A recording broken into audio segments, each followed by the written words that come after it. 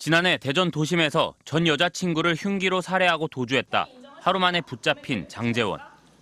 범행 반년 만에 열린 1심 선고 공판에서 법원은 장 씨에게 무기징역을 선고했습니다. 재판부는 흉기를 휘두르고 차량으로 치어 숨지게 하는 등 범행 수법이 잔혹하고 사회로부터 격리해 재범 가능성을 차단해야 한다며 양형 이유를 설명했습니다. 또 가석방될 가능성에 대비해 위치 추적 전자장치 부착 30년도 명령했습니다. 특히 장 씨 측이 형을 줄이기 위해 주장한 법리 문제를 받아들이지 않았습니다. 검찰은 장 씨가 살해 5시간 전 성폭행한 사실을 토대로 법정형이 무기징역이나 사형인 성폭력 처벌법상 강간 등 살인 혐의를 적용해 무기징역을 구형했습니다.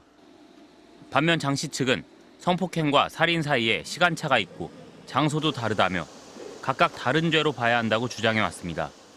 재판부는 시공간적 간격이 있다 하더라도 성폭행 당시에 살인의 고의가 존재했다며 인정하지 않았습니다. 형량이 선고되자 장제원은 분을 참지 못한 듯 소리치며 피고인석을 빠져나가려다 교도관의 제지를 받았습니다. 반성조차 하지 않는 피고인의 모습을 지켜본 피해자 아버지는 국가에서 밥까지 먹여가며 살려놔야 되느냐며 분노했습니다. MBC 뉴스 김광현입니다.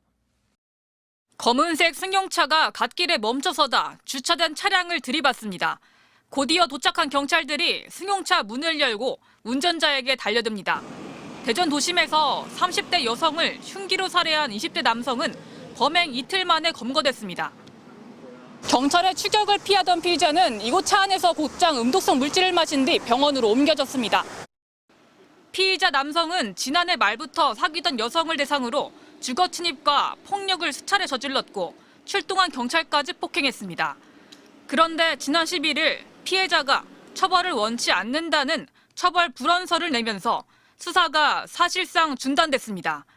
스토킹 범죄의 경우 지난 2023년 반의사 불벌죄가 폐지돼 피해자의 의사와 상관없이 수사와 처벌이 가능하지만 교제폭력이나 가정폭력은 피해자의 처벌 의사가 필요하기 때문입니다.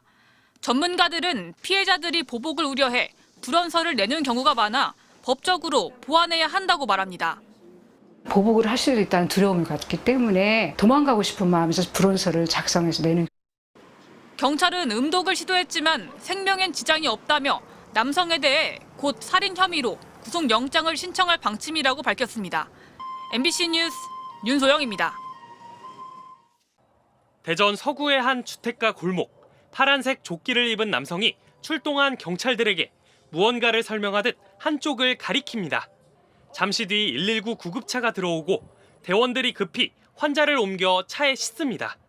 오늘 정오쯤 흉기에 찔린 30대 여성이 길에 쓰러져 있다는 우체국 집배원의 신고가 접수됐습니다. 피해 여성은 이곳 골목에서 심정지 상태로 쓰러져 있다 병원으로 옮겨졌지만 결국 숨졌습니다. 경찰은 살해 용의자로 숨진 여성과 사귀던 20대 중반 남성을 특정했습니다. 여기 생전 그런 일 별로 안 일어나는데 그런 일이 일어나니까 깜짝 놀랐죠.